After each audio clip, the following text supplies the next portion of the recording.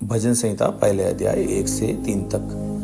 क्या ही धन्य है वो पुरुष जो दुष्टों की युक्ति पर नहीं चलता और ना पापियों के मार्ग में खड़ा होता और ना टट्टा करने वालों की मंडली में बैठता है, परंतु वह तो यहोवा की व्यवस्था से प्रसन्न रहता और वह उसकी व्यवस्था पर रात दिन ध्यान करता रहता।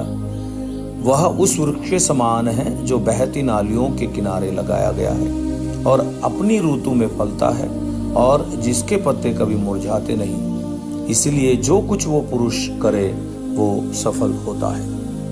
आप सेवक हो, आप कहाँ खड़े रहते हो, किसके साथ खड़े रहते हो, आप कहाँ बैठते हो, आपका संगति किसके साथ है, एक बड़ा मायने रखता है। अपने आप को आत्मिक लोगों के साथ, धार्मिक लोगों के साथ संगति करने में हमेशा सावधान रहिए। और आप सेवक हो, आपको वचन का ज्ञान बहुत जरूरी है। पहले अपने व्यक्तिगत जीवन के लिए वचन को पढ़ना है, मनन करना है। पहले वो वचन आपके जीवन में कार्य करे, उसके बाद आप जिसको प्रचार करते हैं उसके जीवन में कार्य करने पाए। तो क्या आप बाइबल खुशी से पढ़ते हो? बाइबल पढ़ना चाहिए इसलिए पढ़ रहे हैं कि नहीं आपको बहुत अच्छा लगता है पढ़ना?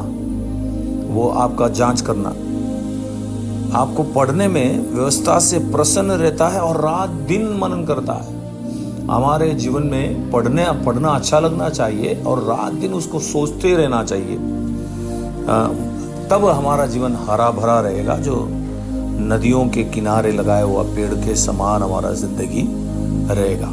हमारा हृदय में वचन बना रहे, हमारा हृदय के अंदर वचन बसा रहे, तो हमारे जीवन में फिसलने का अनुभव नहीं आएगा। भजन संहिता 37वें अध्याय उसका 31वें पद में लिखा है, उसके परमेश्वर की व्यवस्था उसके हृदय में बनी रहती है, उसके पैर नहीं फिसलते। इसलिए वचन को हृदय में रखना है, मन में रखना है और सोचते रहना है, मनन करते रहना है।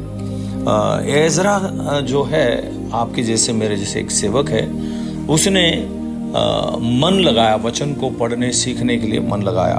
देखिए एजरा 7वें अध्याय उसका 10वें पद में लिखा है, क्योंकि एजरा ने यहोवा की व्यवस्था का अर्थ जान लेने और उसके अनुसार चलने और इज़राइल में विधि और नियम सिखाने के लिए अपना मन लगाया था। इसमें 3 मुख्य बात है। पहले वचन का अर्थ जानने के लिए उसने मन लगाया, दूसरा अर्थ जाना, उसके अनुसार चलने के लिए मन लगाया, और तीसरा लोगों को सिखाने के लिए अपने मन को लगाया है। हमारे जीवन में भी ये 3 स्टेप बहुत जरूरी है। हम सेवक लोग हैं, पहले जो वचन में लिखा है ना, उसको रॉन्ग इंटरप्रिटेशन नहीं करना, गलत रीति से इसका अर्थ बताना नहीं, बराबर पढ़ के सीख कर समझ कर हमको लोगों को सिखाना है, पहली बात। और दूसरी बात, उसके अनुसार चलने के लिए अपने जीवन को समर्पण करना। और तीसरी बात, हम लोगों को सिखाने के लिए हम हमेशा तैयार रहें, तत्पर रहें, उपलब्धि रहें।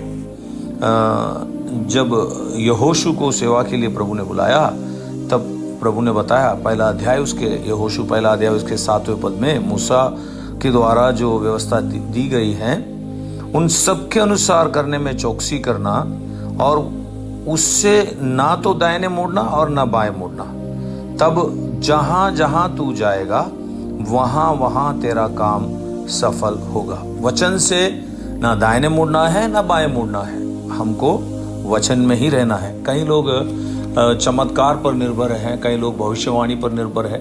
वरदानों पर निर्भर होकर हमें सेवा नहीं करना, वचन पर निर्भर होकर सेवा करना है। सबसे ज्यादा महत्व वचन को परमेश्वर ने दिया है।